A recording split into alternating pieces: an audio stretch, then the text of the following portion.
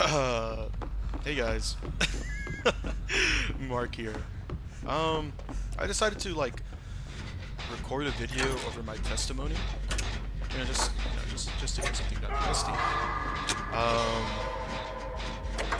and I tried to play Apex, but it's outside. I tried to record it over Apex, but Apex is, I think, too much happens at one time, so I can't really concentrate on like what I'm trying to say. So I thought I'd do it on DBD, a lot more downtime. As you can see, I'm repairing a generator, and I think this first like game, I'll just like explain the game. That way, like when I like go over the testimony, not only are you like listening to what I'm saying, but you also know what's going on in the game. But Dead by Daylight is a game where there's a killer that you can choose from. There's like multiple from different licenses, like Michael Myers, who actually just got removed from buying them. There's like Kaneki from Tokyo Ghoul. There's Ghostface. And then there's 4 survivors, which could be licenses. This one's an original. And what their aim is to repair all the generators and activate all the gate switches, or just the gate switch in order to get out. And the killer's objective is to, like, just like down everybody with 2 hits, sometimes a little less than that, with whatever methods they have, and then just like hook them and sacrifice them to the entity. Yeah, the killer we're going up against right now is Vecna. You can tell from like the clocks that are around, like the red sky. So he has like these little portals, and he just went into a portal himself where he's in the upside down. It's called the Undergate. You have to be careful about that because when he reemerges, he like doesn't attack. Loki running away from the hook. Maybe I should go for that. Okay, it seems he already came out the Undergate. I was not paying attention. I did not see where he was. Okay, he's over there. That's his like little portal attack. You have to be really unpredictable with your movement, like where you're going, in order to like dodge it. But he seems like he's holding that really well. I'm gonna use my medkit to heal. But yeah, in this game, there's like perks that you can use. They're in like the bottom right, as you can see, those little icons, and each one of them does something different. Killers have them for different reasons. You know, they can stop gens, they can like help them in chase, and mines do different things. So it can be a little bit overwhelming for like a beginner to understand what's going on. But I think like it's all just about experience as always. Like you can't just go into a game and like expect to know everything. So it's just practice. You keep playing, you understand more perks, you are able to recognize them better. If I heal this person, my perk at the top will activate. And I hope he doesn't see me healing him. He does. That's rough.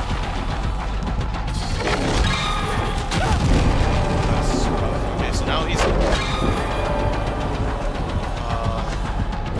World Breaker mode, where those portals now don't do token damage, but they actually do damage. So they do health states. What this does is like speed up the timer, so he has less time in that mode. So I'm just going to be listening to music. I'm sure this has something to do with the show. I've not seen Stranger Things. I think I've only seen like maybe most of the first season. But I don't know. I feel like I was way too late to the party, so I decided not to. Watch it, I guess. I haven't been spoiled or anything, so I really could, but... Oh, shoot, he's looking at me. You just have to be unpredictable with your movement.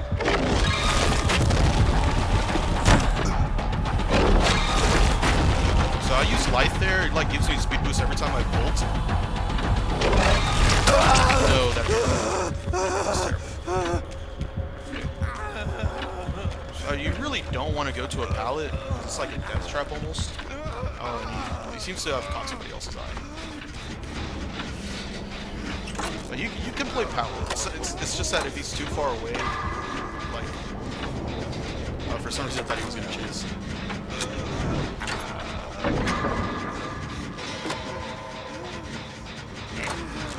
Where's oh yeah, if he's like too far away, he can like put the little. You can tell when a killer's coming, by the way, from like the music getting louder and also your heartbeat. So they can't just sneak up on you. And of course, there's always exceptions to every single bit of the game. So some killers don't, like at times, don't have that because they're supposed to be like stealthy. But Vecna does. Also, there's like perks that stop that. I'd really love for this guy to like heal. I think he's waiting for that. To finish this up. And time to spell. I mean, not too bad. We're about to be at 1 gen, so that person's gonna be on dead. And Rick just missed a skill check. This is Rick Grimes, by the way. Yeah, so I think the way we're looking, we should be fine. That's the last. Well, that's not the last. The second to last gen. So we just have to. At this point, there's only 3 generators we can work on. If they're way too close together, it's called a 3 gen because like a killer can just hold those 3 gens. If they're too close, you know, you can't really repair them. They'll just attack you. Yeah, but I don't know. I don't know where the other gens are, so I can't make that call right. But yeah, my oh, he's coming.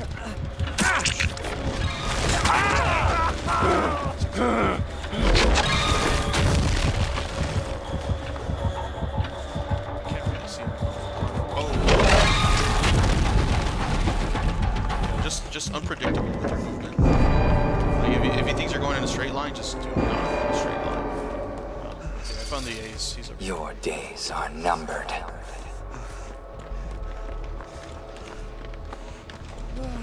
think I can hear it.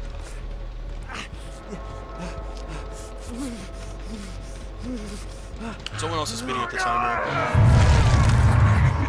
Hopefully I can get this heal in time. I will show you no mercy. No, we cannot. That's so bad. I just realized one of his perks. I've been wondering why people were screaming. It's Phantom Fear. So what that one does is when we look at him, we scream and it reveals our aura for a couple seconds. He thinks we're at Shack. That sucks. Well, that person's sacrificed. That's unfortunate. This other person's hooked. So he got unhooked. He's on the way here. His power takes longer to activate. It's on the and seems Rick got hit automatically. Sucks. I could take a hit, but it's just really hard. Yeah, he's down here.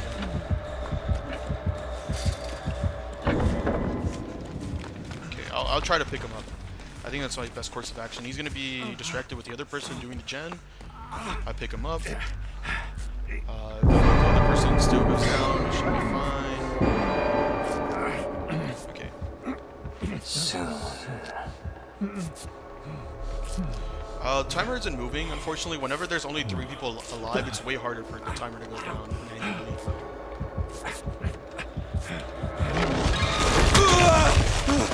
I try to signal him that. That's fine though.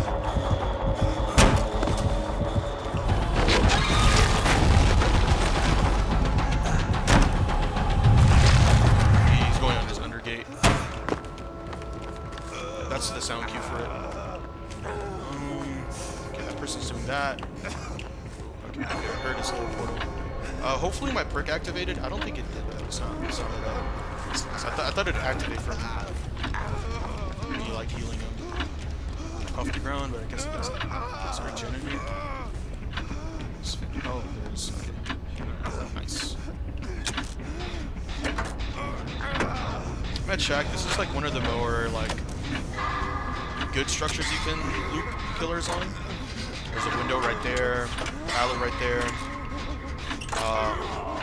And most maps have it, so it's like easily recognizable. It's the best thing you can like learn to use at first. The clock doesn't go down when he's picking people up, so that's why it was frozen for a little bit. He knows I'm here. It sucks. I can take my leave. He didn't expect it. There's a gate right there. A gate at Shack. Okay. Yeah, I don't think he's coming for me. I think I can try to open this gate. As for that other person, they might die since both of us are injured. That's just unfortunate. Yeah, teammate's coming to me. I don't think we should both be here. If you want to, you can. Like that way, at least he gets out. It seems he just wants to hold that. I don't think we're gonna have time.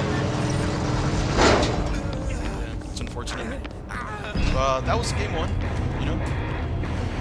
That's the basics of Dead by Daylight. You didn't see too much chase, because he was just targeting other people. That's just sometimes how like the games go.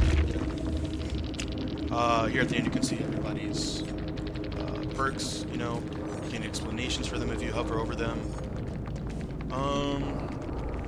But yeah, I'll see you guys next game. Alright guys, welcome back for game 2. Yeah, okay. Let's get ourselves situated. We're at the edge of the map. Going into the map. This is Groaning Storehouse, I think. It seems like they spotted the killer. That's a clown from the music that's playing right now. Yeah, there he is. Okay, so my testimony. Alright. A friend of mine just asked me like this Sunday about it. You know? So, and also I'm taking DTC, which is a discipleship training class. I think that's what it stands for. That's best guess. Where I had to write about it too. So I thought I might as well make a video. So, you know, I did not have consciousness when I was younger. I don't think I was aware that I was even alive. So, this is just based off a picture that I've seen, but I think my family was Catholic when I was a baby. Evidence of this being that I saw a picture of me being baptized as a kid. I think only Catholics do that, as far as I'm aware. So, I think my family was Catholic at first, and I think it was my godfather who like told my family that you guys should like come to church, you know, Christian church. So I think they followed suit, and they went to Christian church and became Christians themselves. Oh shoot, killed him. That's unfortunate.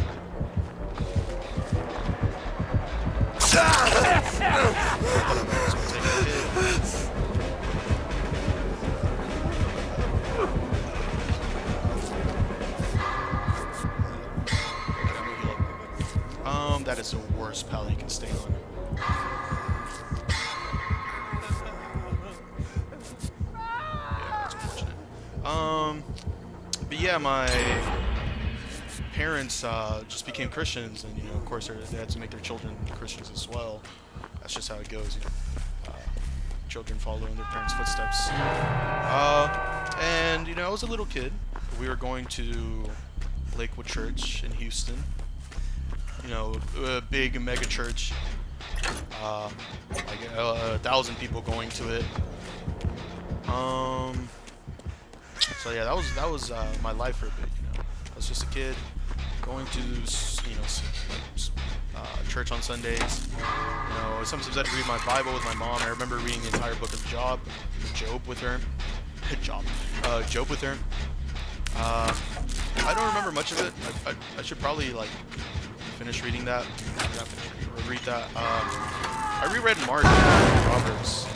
I reread Mark yesterday. I like finished it finally, and I was like reading Proverbs before that, but I decided to stop it for. Stop it for Mark. Oh, he's coming back.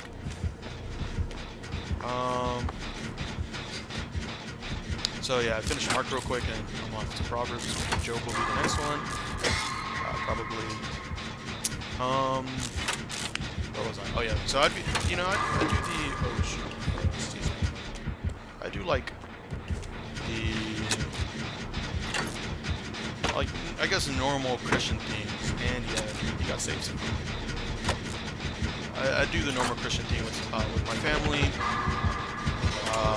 and you know, I as a kid actually loved Jesus. You know, I loved God. You know, I thought he was like super cool. You know, I don't think my little mind understood it like all the way. Like I got it a bit. That guy's confused. He doesn't even know he left. So I got a bit of like who Jesus was, and you know, I loved him. I loved him. I thought he was cool. And I remember like being in Lakewood though, like we'd have like a little like ministry for kids, I guess, and you know, I'd go there, but it sucked. Everybody there knew each other already, and I didn't really have friends. So I remember just everybody just going along with each other and being friends, sharing their snacks, and meanwhile I was just there. There was like no fellowship at all with me. And I remember this one particular experience. They like finally asked me to pray, and I always like was scared of praying in public because I was just like, what if they think I'm weird? You know, what if they think the way I pray is weird? What if they think my prayer sucks? What if they think that God doesn't love me? That's what I was thinking. So I didn't want to disappoint though. So I like went ahead and prayed. I was like, thank you God for, you know, everything. Thank you because you love us. Yada yada yada. I don't remember the prayer from way back when, but I remember how I used to end off my prayers, and it was en el precioso nombre del Hijo Jesús, which is in the precious name of the Son Jesus, right? And or I think it was like the beautiful one. Nah, I think it was precious. So I called it like him precious, and I remember looking up, and the kids were giggling, and I was like, "What's going on?" And I think I literally asked like, "What was up?" And they were just like, "You said precious, you know." And this was in Spanish, of course. So I was talking about in Spanish. So I was like, "How's that weird?" But I think that's when I started feeling weird about Christianity.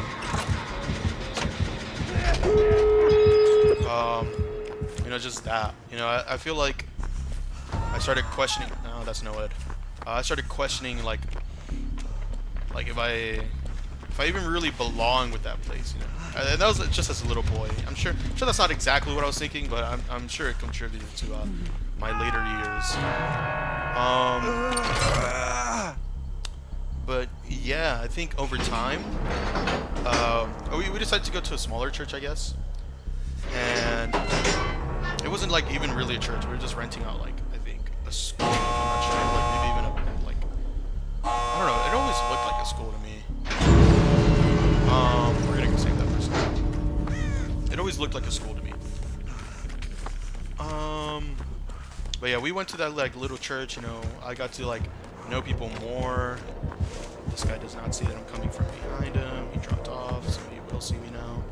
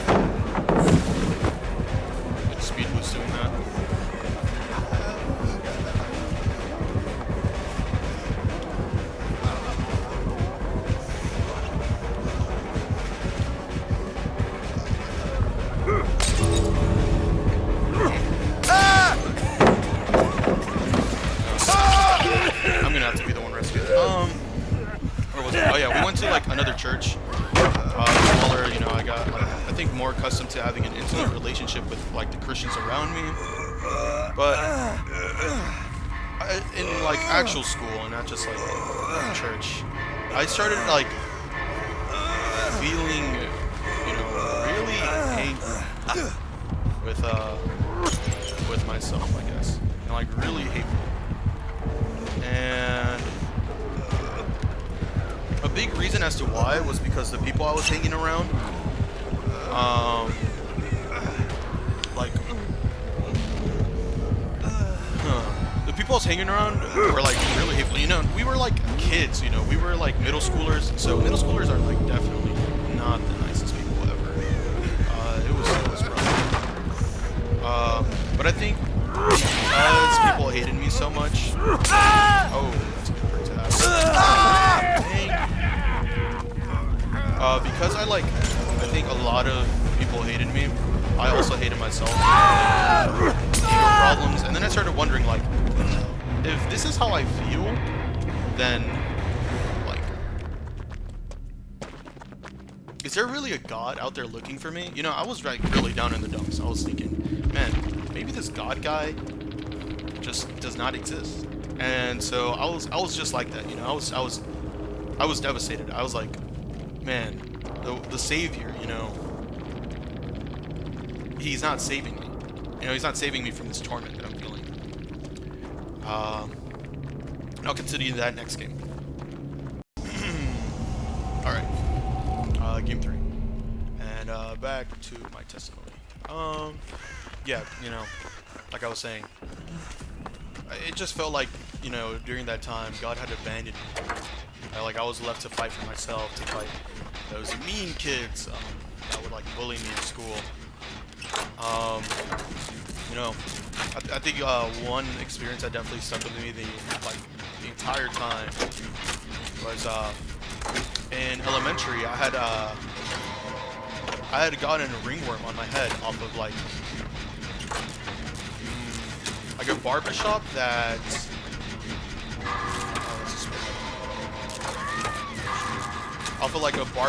had like not cleaned their stuff. So I got a ringworm off of it, and it was on like it's on my. Let's see. Okay, I forgot my left. That's nice. It was on like the right side of my head, my bad. And like we didn't know what it was at first, you know. So I was like, why is it itching so much? And we went to like the nurse there at school. They're like, hey, your son got ringworm. So my mom like tried to like put so many medications on it. I don't remember. I remember there was like a blue dye at some point, like some white powder that she was putting on like my head to like cure it. I don't know. They didn't take me to. I don't know what happened. I don't know if they took me to the doctors or something and they told them to put that. I think my mom just like, put it on me. She was taking care of me. I remember it's like low-key so traumatizing, you know. Like I remember it being like every I want to say every night, but like maybe every like once a week.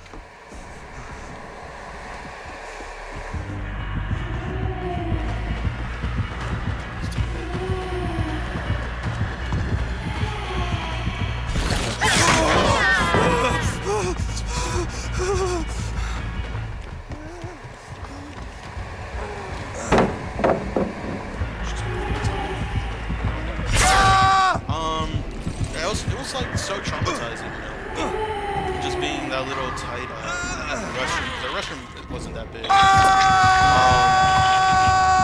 Just like having her like put that stuff on me for like a long time, and at some point it like stopped itching. But it was you could still like see it for some reason. I don't know what it was, but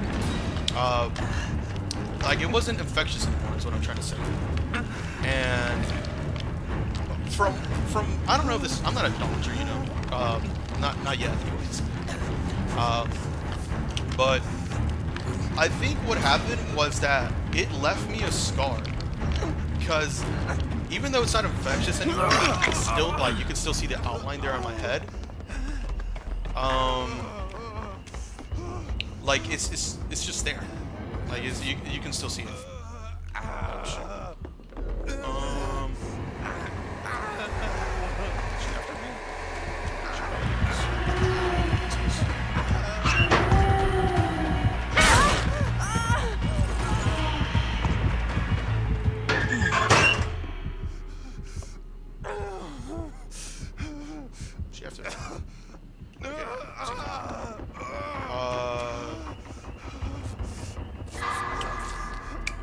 But yeah, it's still there. It's just I think what it is. I looked it up. I looked up if ringworm can leave you a scar, and I think it said it can. So I think that's what it is. You know, but going to middle school with that, you know, having a quote unquote bald spot, you know, all like everybody would like make fun of it. Sometimes it'd go, wait, like every time I'd get a haircut, they'd go, wait, Mark, did you get a design? So it was supposed to be like a basketball, and I'd be like, no, you know, those people are like being gentlemen and like asking me if it was for like the fashion. But then there'd be like the other kids who'd be like, bro, you got a bald spot. You low-key got the Death Star on you. And like, it bothered me so much back then, you know. That's just one instance of like me fighting for my life, I guess. It was strange. But it felt horrible whenever they tell me that. And you know, I was just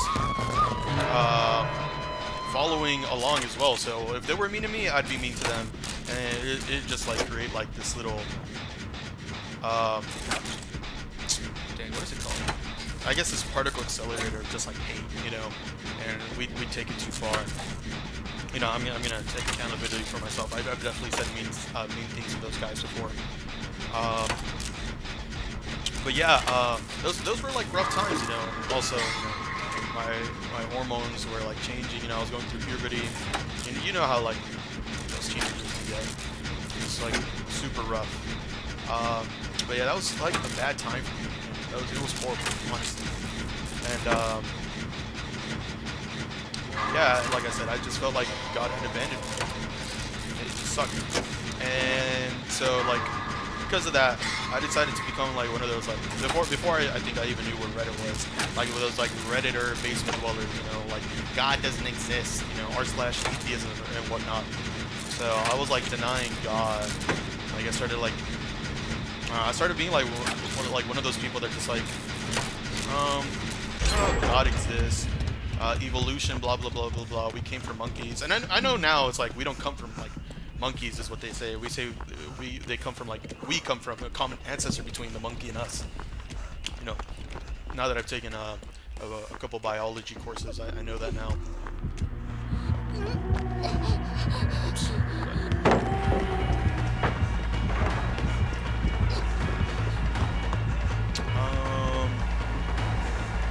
Seems like they're after me.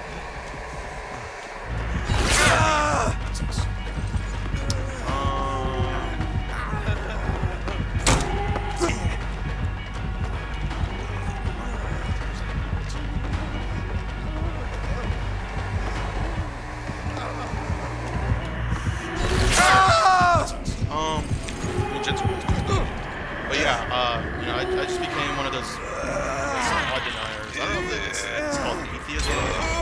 It's called I forgot what it's called. So still, my mom and dad were taking me to church. They'd take me. I'd go there. I would not enjoy my time. I would low-key just like hang with people. They'd take me out to eat, go to the movie theater, and whatnot. But it just sucked because, you know, it definitely felt like there was nobody there. So I had no reason of being there, you know. Like, I hated it. And, you know, like, my parents would also have, like, I forgot what the exit gates are. Would also have, like, couples, like, small groups, and they'd take their children with them. And I hated that. I just wanted to stay at home, play my video games, you know.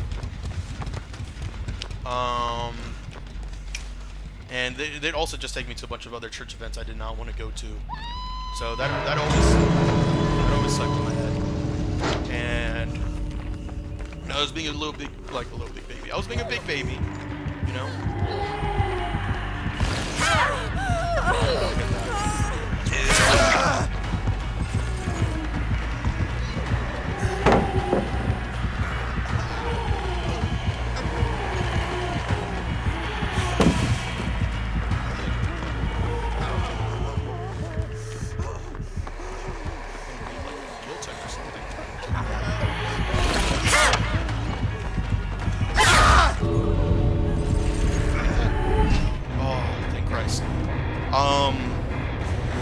But yeah, that's like once again, like what I was going through. Like they'd just be taking me to church, and I did it, and I'd always tell my mom, Mom, God doesn't exist. Why are you making me do this? You know? And then I'll explain. I'll continue next game. Welcome back to game 4. Yeah, you can have that down. But yeah, you know, I just really hated, you know, calling myself a quote-unquote Christian. I wasn't a Christian. I think at that point I really wasn't. You know, I'm denying God. I don't think that even remotely counts as, you know, Christian. But yeah, you know, it was just a rough time for me. I think that might be here we had. Yeah, and like, you know, after a while, I don't know how long that had been going on, maybe a year or two of me denying God. It was like around the age of 13, where like one day, I guess I should give some context. Like, for about like a week, this was like in summer, for about a week or two, my uncles and aunts had been telling me like they were gonna, you know, go to Mexico to go visit some family, since I think they had their papers. So they're like, yeah, you know, we're gonna go. We want you and your older sister to go as well. So, you know, I'm like, my sister already has her passport, and I still need to get mine. But I decided way too late that I wanted to go. So the way it was looking, my passport was not gonna get there in time. You know? Like, I think it was supposed to get there the day, from what I heard, the day like after they left. Oh yes. The day after they left to Mexico. So I was not gonna make the trip. You know, it sucked because the last time I had gone was when I was like 4 years old. Not even. Maybe I was like 3. But I really wanted to go, and like I don't think it was ever possible for me to go. It was way too late. But you know, one day, one Sunday, I remember coming out of that old church we used to go to. Our church relocated, but we were coming out of there, and once again, I remember I was like talking to my mom. I was like, Mom, I don't want to go to church anymore, man. Like, oops, not paying attention. I don't want to go to church anymore. Like, God isn't real. Blah blah blah blah. Yeah, I'm a chud or whatnot. And then she was just like, you know what, Mark, just give him a chance. You know, this is something she'd always tell me. Like, just give him a shot. Let him show yourself. Like, ask him. You know, like, be aware. Oh, right there. You know, just give him a shot. That sucks. And so I don't know what happened like that Sunday, but I think I like finally decided. I was like, you know what? You know, I talk all this like stuff, like God isn't real, but you know, they say like God can do miracles. So I think that like day I like prayed to somebody I didn't think existed, and I was just like, all right, you exist. Show me a sign. Show me what you got. You know? Show me what you got. And I went home. Maybe I was home already. I don't know when I did that prayer. I think it was like right then and there at like church. I really don't want to sit down. That's finesse right there. Usually you don't vault that fast. That's just pretty. My left one that you can see is on a cooldown right now. But yeah, I think I prayed right then and there at church. Actually, I don't remember, but I do remember praying. And I was like, let's see what you got. You know, show me you're there and whatnot. And I just moved on about my day. I was like, I don't hear a voice. You know, I don't hear the guy. Are we sure he exists? But it's like 5 a.m. maybe 4 a.m. You know, the next day, Monday, because that's when they're like supposed to go to Mexico, and I still don't have my passport. It wasn't there Sunday, so I was like, dude, I don't think I'm gonna go. But lo and behold, my mom goes to like, I think it's my mom. Some like I don't know. I go check the mailbox for a reason. I don't know if I was told. I don't know. I just felt like it. I go check the mailbox just in case. I think it's in there. You know, it's like 4 a.m. You know, I don't think it's like gonna be there. But lo and behold, in there is my passport. You know, my passport, the thing I needed, you know, to go to Mexico. You know, that's like definitely one of the things you need to. Oh, I should be picking that guy up, trolling. Oh, okay, you got it. You know, the one thing you need in order to like travel across the border. I'm just like, all right, this is probably just a coincidence. You know, that day after I like told God to show Himself and show me a miracle, like this happens. Yeah, this is just a coincidence. You know. So I was so hard-headed, you know. That's just how it goes. You can't, you know. Humans are stubborn beings. That's just how it goes. But like, I think, like little by little, I started seeing things like way different. You know, I started testing God more and more. I don't remember the other tests I had, the other miracles, which is weird. I remember the first one. I remember like a different one that I was telling one of my friends on Sunday. Like I was waking up for school and I had like lost my glasses within my bed sheets, like my bed, because I knew they were there. Like I just placed them there. I think, and for some reason I just could not find it. I just couldn't. And is that guy killing himself? We have one gentleman. Yeah, I just could not find them. I think he's killing himself. And my mom, you know, being my mom, she's just like, you know what? Why don't you pray about it? Why don't you pray about it? And you know, I was like, why not? You know, let's pray.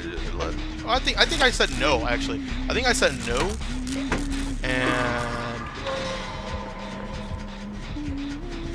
I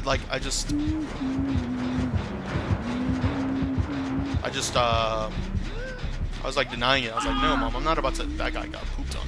I'm not gonna pray, Mom. You know. And then she did like a quick like 30-second prayer for me because I didn't want to do it. It's like, God, just help Mark find his classes. He needs it for school. You know, this guy's about to. This guy. You know, he low-key needs it because he's blind as a bat. You know, maybe she meant that like metaphorically.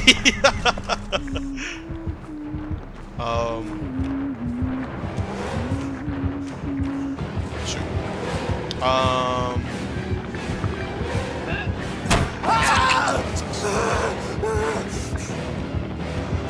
Oh, there's no power. That sucks. But yeah, I like I had like already thrown all my like sheets away. I had like basically taken out everything off my bed and it wasn't there. Like I shook everything. I just could not find it. And then like my mom like does that prayer. Like, bro, just go check it. So I like go check it. Like lo and behold, after putting like back all my sheets, like they were just on top. It was just like there. Like I just had to move the sheets a little bit, which was just crazy to me back then. I was like, what, bro? What is this? Where's the camera? You know, is this a prank show or something? I forgot I should get this guy. Like what's going on? You know, this isn't normal. Try to see.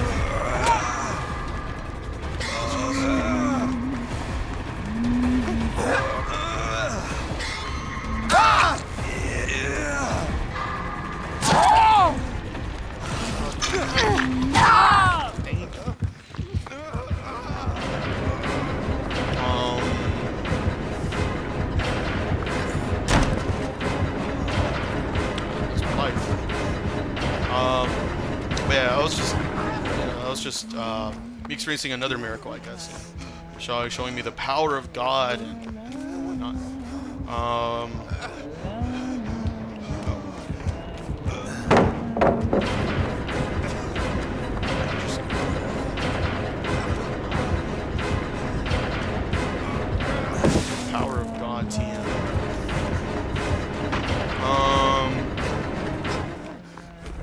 just wish he was in a better position. Make that.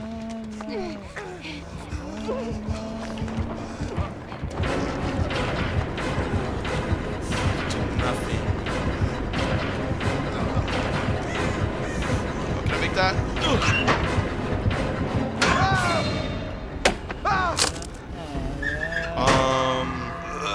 Yeah, it's just like little small miracles like that I experienced throughout my life, and that I think solidified the fact that there was a God. There was like actually someone looking like out for me. Yeah, I think like just those small, like, I'm gonna put in quotation marks, coincidence. Viva Venezuela, Viva Maduro. Interesting. But yeah, just a bunch of miracles, like small miracles, and I think little by little, it just like my faith started growing, back. Jesus says, like, whoever is like a kid, like whoever goes into heaven needs to be like a kid, to like inherit like heaven. Yeah, you have to be like a kid. So I think, like, little by little, my faith, once again started growing closer to, well, like I was a kid, a little bit more pure. And yeah, I think that's how it's supposed to be. You're supposed to be like a child, But yeah, that's still not the end. That's still not the end. Welcome back to Game 5. This is the map for Saw franchise.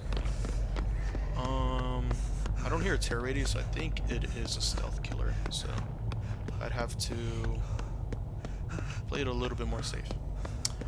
But yeah, I just back to my testimony. Like I just started experiencing way more like miracles. It's a spirit. I started like experiencing way more miracles than what is that? Way more experience, and I just could not deny it. I just couldn't. It felt like there was like something actually there, because every time I'd pray, it like most of the time, I think, or if not all the time, it'd get answered, and she's lost. So I don't know what was up with that, but I think at some point I was just like, you know what, God exists. God exists once again, and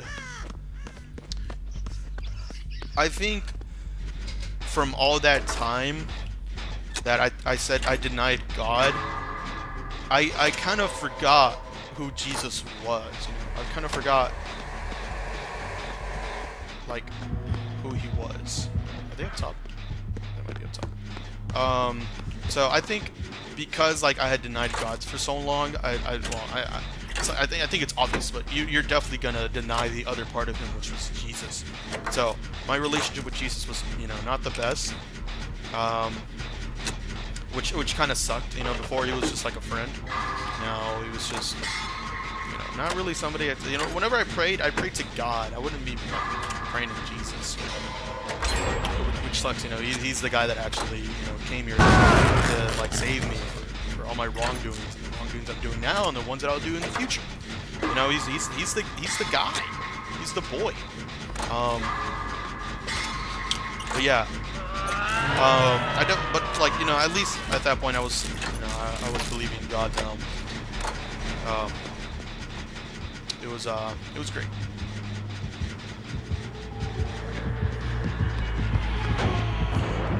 She might have nowhere to hide.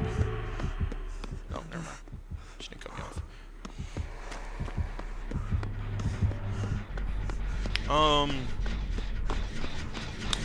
But yeah, and like I was still like in middle school around this time, so I think, like that time I was super reliant on like God. Every time I'd be like bullied, I'd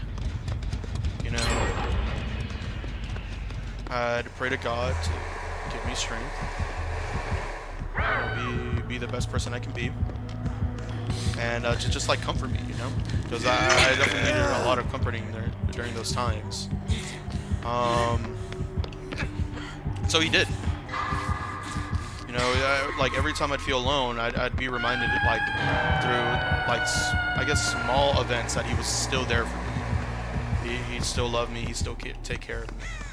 And yeah, just, you know, it felt way better. It felt way better knowing that there was actually somebody on your side, and not like it did feel like, you know, your friends failed you, people in school failed you.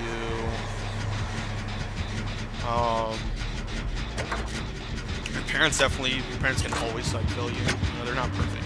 That's just the way it is.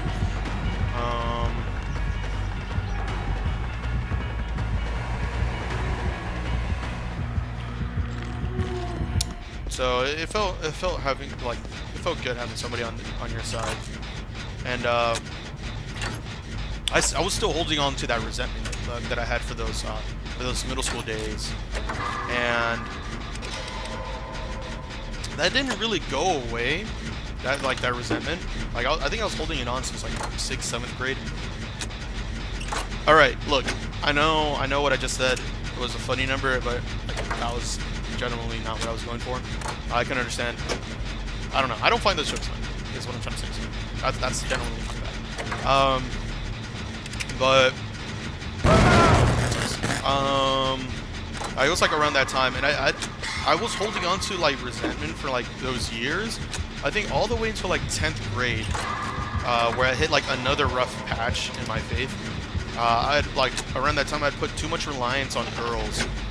I liked way too many girls, and so many of them like just broke my heart, and it sucked.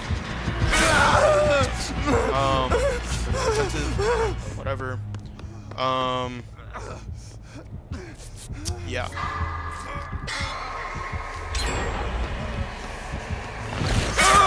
Rough. I probably should have dropped it out there, but yeah, I was still holding on to like that resentment.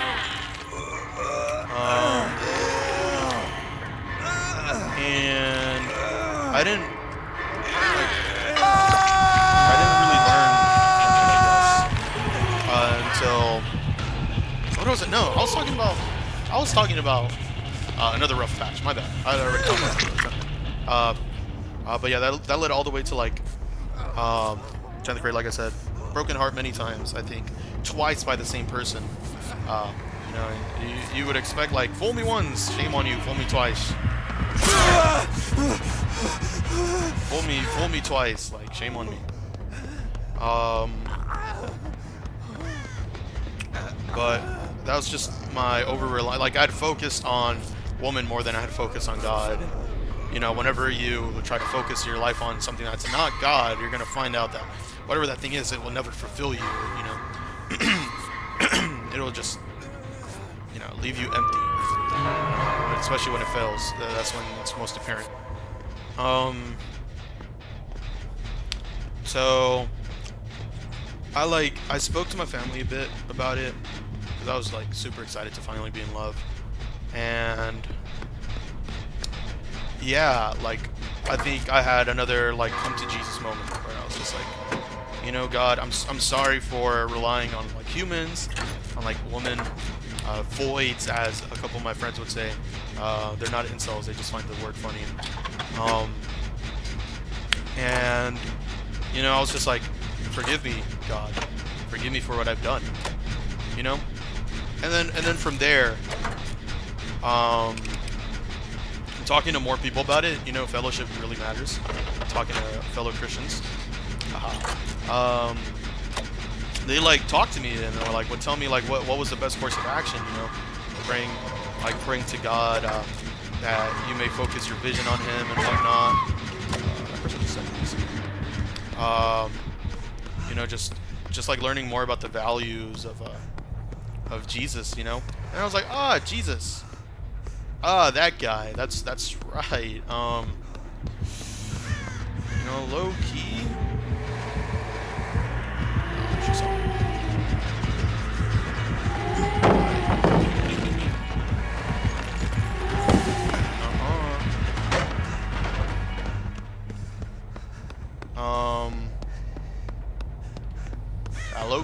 I had not been trying to fix my relationship with that guy, because I thought like you have a relationship with God, you know, you have a relationship with Jesus, but that's definitely not how it was. I think I was definitely denying God, or not God, Jesus, in a sense, because I would never like thank him for what he did anymore, as I did before. Once again, shoot. My perks off cooldowns. Yeah. There we go. That's the perks. And someone disconnected. But yeah, like I said, another come to Jesus moment. Shoot.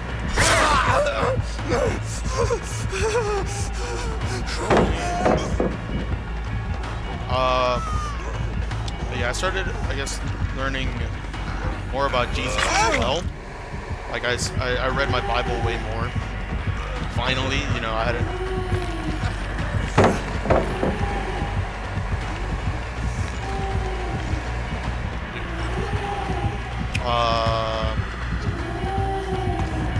She doesn't swim. Yeah, I started reading my Bible way more. Finally, like before, I'd just like read the Old Testament, but I started reading the New Testament as well. And finally, finding out who Jesus was and all his teachings. You know. Oh, that's right. We have 4 people. So yeah, I think through learning who Jesus was and what like his calling was, I finally like for sure like accepted who he was. You know, I was like, okay, this guy is the boy. You know, he came, died for me. That's swell. Died for my sins. You know, I'm a dirty sinner and whatnot.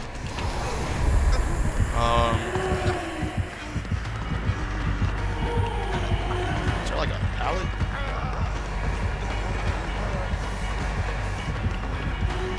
She got bamboozled.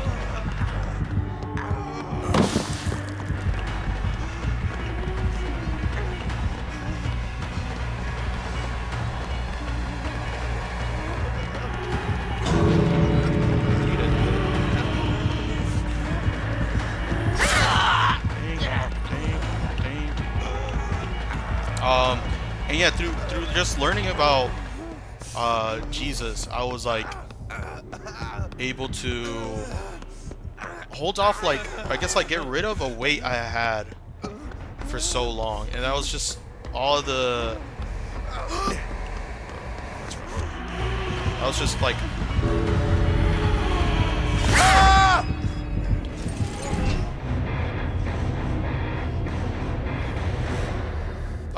That was just like all the resentment I had over the years. Resentment for the people that hurt me, whether it be in that like new age, like that I guess that like that era of me just trusting women way too much and putting my entire personality on them. Like I was able to forgive those who hurt me,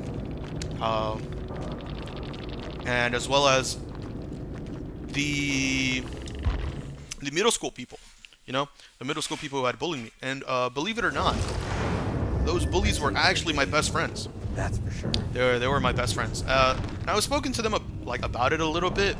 I told them like, you know, what a lot of the reasons why I had like a low ego, or like a very bad ego for myself, was because of the stuff they would tell me. I spoke to them about it actually when we grew up. And they were just like, oh, that's like low-key not our fault. I think is what they said, if I remember correctly. Maybe I'm like I must have misunderstood that, but I think that's what they were telling me. So yeah, like I just forgave them as well, you know. So learn about forgiveness through Jesus, you know, and I learned that, you know, when I walk through the world, everybody will fail me. It doesn't matter who they are, you know. Everybody will fail me. They're all humans. You know, that's just the way it goes. You know, I'm sure I've failed other people. Oh shoot, I've definitely failed other people. It's not I'm sure. It's I did fail other people. Maybe I'll talk about that in other videos. But you know, learning about Jesus and what he did, you can't help yourself but like want to have what he had, or like what he brings to the table. You know, you want his gift. You want to be saved, and you just, you know, he gives you like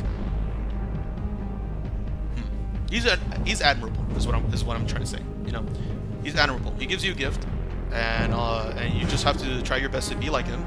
You have to love everybody, you know.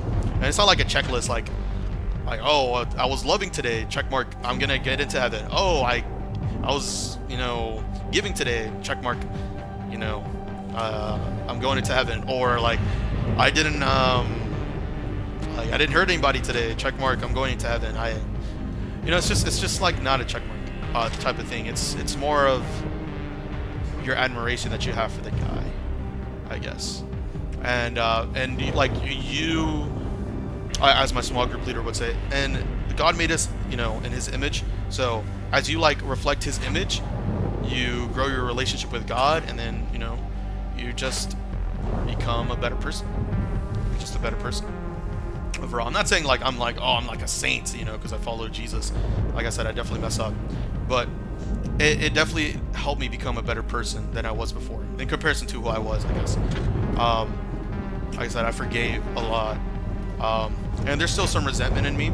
You know, Lord Jesus like teaches us to forgive, but it definitely feels like I still have some grudges.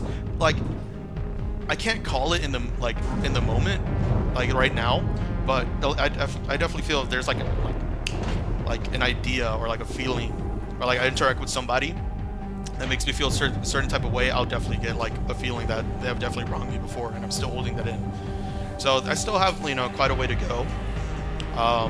I learned about it like I said then in 10th grade, leading to 11th. You know, learning to forgive, learning to love everybody who's wronged me, and like just learning that there's somebody, you know, like just like faithfully believing that there's somebody like out there for me. There's God, there's Jesus, there's a Holy Spirit within me who can, like, you know, like he dwells with me. You know, there's no way I will be separated from God. It's just nice, you know. You walk through life, and you might be alone, but you could just, you know, talk to God. That's sometimes what I do. I'm walking down like paths, I guess, like in the bus maybe, and I just, you know, talk to God about my life, like what's going on. You know, I'm praying to him like about guidance on some things. So I think I will never lack anybody, you know, and that's like what I solidified in 10th grade. And then from there, you know, I was approached about baptizing myself a couple of times already, since I believed that God was out there and Jesus was out there, like way back when. But I feel like I was like, you know, finally there. I finally believed that Jesus was there for me. So was God. You know, not just God himself. So I accepted Jesus in my heart, and I think like the summer after 12th grade, so before I went, you know, I came here to college, I baptized myself with my church. I was baptized. Well, I didn't baptize myself, but I was baptized with my pastor and my dad, and that was just a wonderful experience, honestly. It was amazing.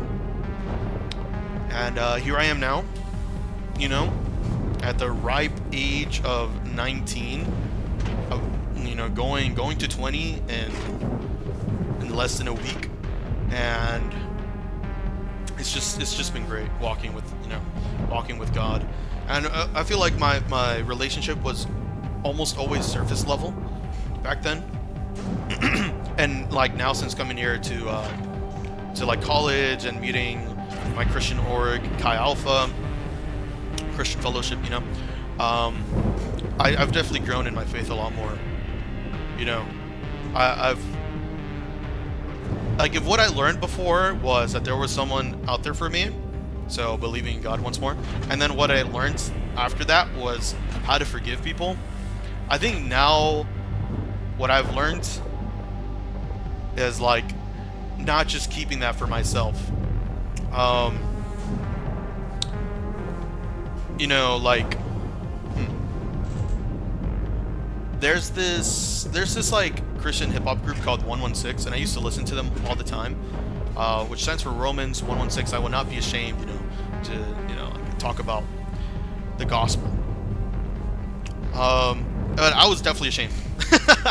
I did not want to seem like the odd man out saying I was a Christian. So, and after believing God wasn't there for a long time, and then suddenly I believe in Christ, and now I don't. You know, people are gonna think I'm a weirdo. But I think coming here to, you know, to college and hanging out with the people of Chi Alpha, I've definitely learned, like, the right ways of talking about my faith, I guess you could say. Like, back then I thought I'd have to, like, tell everybody, you know, I'd have to spit in their face, like, become Christian or, you know, you're going to hell, brother. You know? That's just not the way to do it, you know? You have to be loving. And just make it, just like, you'll find the perfect times to talk about your faith, you know? That's what I'm trying to say. So I think doing that, like, there's, like, not as much pressure anymore on me. And I definitely find it easier to talk about my faith, you know? So I think that's what I'm learning right now, just how to, you know, be a disciple. And how to be a disciple maker as well. You know, that's what DTC is all for. So I'm glad I'm taking that class. But I know that game ended like a couple minutes ago, but I just thought like I might as well wrap it up. This has been a long wrap up, hasn't it?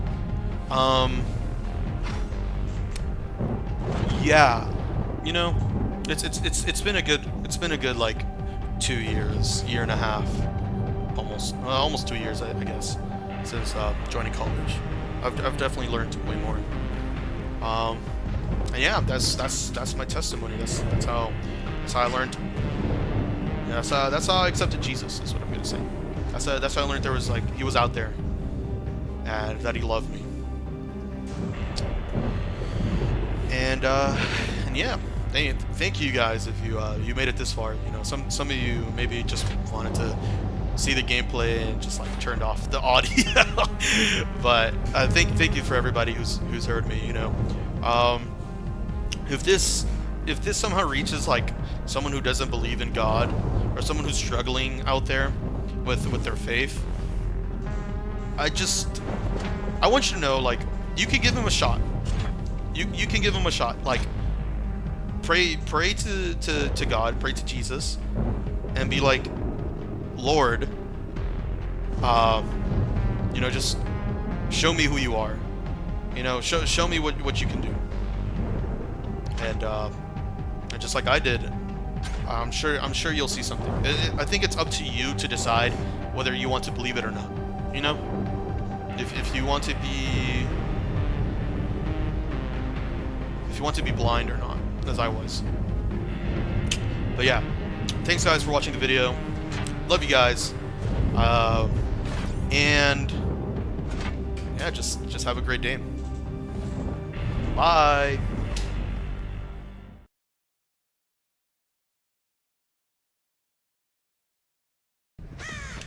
Hey guys, welcome back for game 2. So now that you know the basics, I think I can actually start talking about what I wanted to talk about. Oh, that's not up. Okay, so I guess my little story. Oh, my bad. And he just jeez. What was that about?